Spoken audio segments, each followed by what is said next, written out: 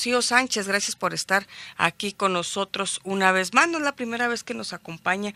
Ella viene del movimiento Morena, viene a compartir varios aspectos. Uno de ellos fue la manifestación que se realizó en días pasados en relación a que, bueno, diera su visto bueno el gobierno del estado, Rocío, en la aprobación a esta reforma. Pues ya estaba aprobada desde el momento en que se alcanzaron las 16 entidades. Sin embargo, pues bueno, yo no entiendo todavía por qué continuaron los demás estados haciendo, ahora sí que digamos lo propio en el sentido de aprobar esta reforma, darle el visto bueno. Ahí hubo manifestaciones, ahí estuvimos un rato presentes y pues bueno, gracias por estar con nosotros para que compartas esto.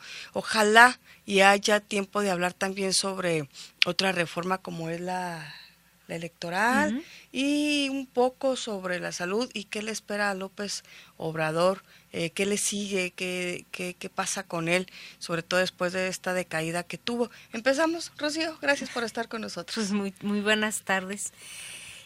Nosotros en el Movimiento Regeneración Nacional estuvimos emplazados, a mí me gustaría hacer un poco historia de este asunto, toda la semana pasada, porque sabíamos que estaban las discusiones en el Congreso Nacional, en el Senado de la República también, y entonces estábamos siguiendo con mucha atención finalmente los acuerdos, las pláticas que se tenían, las negociaciones, las discusiones en el Senado.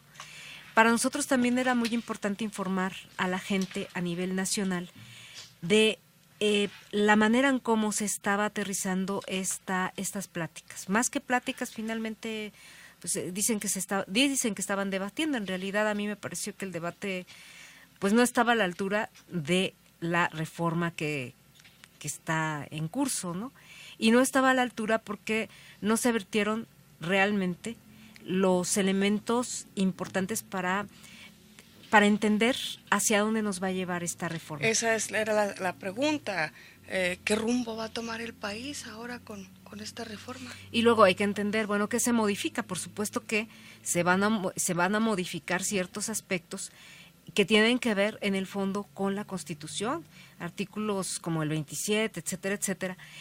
Y lo grave de toda esta situación es que se contrapone la misma reforma a la Constitución y entonces esto a nosotros nos da la impresión de que finalmente contraponer con la Carta Magna una ley secundaria o como pudiera entenderse, entonces es ir en contra finalmente de la manera en cómo se visualiza al país en términos de la Constitución.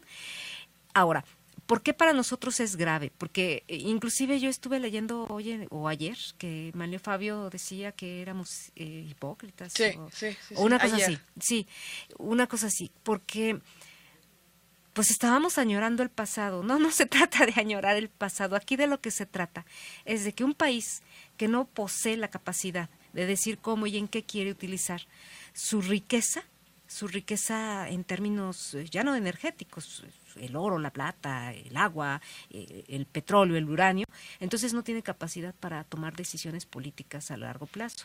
Entonces, México depende en mucho de la riqueza generada por el petróleo, pero desgraciadamente esta dependencia ha ido disminuyendo porque se hacen cosas menos con el petróleo. El petróleo en mayor medida se está exportando tal y como se saca, o sea, se pone en un bote de 200 litros y se envía, se vende al extranjero. Y desgraciadamente no se hacen cosas como antes, no hay industria petroquímica fuerte en el país, etcétera. Y la justificación es decir que no hay manera de invertir. Cuando aquí había un Instituto Mexicano del Petróleo que era capaz de ser, pues, una avanzada en América Latina para este tipo de trabajos. Cuando tenemos en el país la mejor escuela de ingenieros que hay en América Latina y países de habla hispana, que está en la UNAM, y que en cada una de las universidades se van formando ingenieros en este sentido, por ejemplo, y estábamos hablando ahorita de la Facultad de Ingeniería de la UACH, en donde se están generando gente, ingenieros geólogos en minas, etcétera, que son pues la gente que tenemos que utilizar para eso. Yo me pregunto, bueno, con todas estas modificaciones, obviamente no se le regala el petróleo a los extranjeros, pero sí se abre la puerta para que se establezcan contratos de manera que la industria, o sea, los privados puedan participar en cómo aprovechar el petróleo, con quién y para qué. Entonces, y con esos contratos pues vemos una vez más cómo van a ser los ricos muy pocos mexicanos. Pocos mexicanos van a volverse ricos. Se va a concentrar la riqueza como cuando lo vimos con los bancos, cuando una vez se privatizaron, como cuando lo vimos con teléfonos. Entonces se concentra la riqueza en 1 o 2 manos, que son la gente que tiene capacidad para moverlo y hacerlo, y finalmente se pierde la capacidad de la toma de decisiones a ese nivel. A mí me parece muy grave, y me parece muy grave por todas las implicaciones económica, política y ambientales que en esto conlleva. Yo quisiera pensar en Shell, tratando de aprovechar el recurso del petróleo, cuidando el medio ambiente. No, pues no. Yo quisiera lo vemos verlo con las minas. Cuando históricamente son los responsables de ese gravísimo derrame de petróleo en el Golfo, que históricamente nos afectó a todos. Ahorita estamos revisando la manera en cómo pretenden ellos sacar el petróleo, inyectando cosa y generando un problema gravísimo que es la salud de nuestras personas.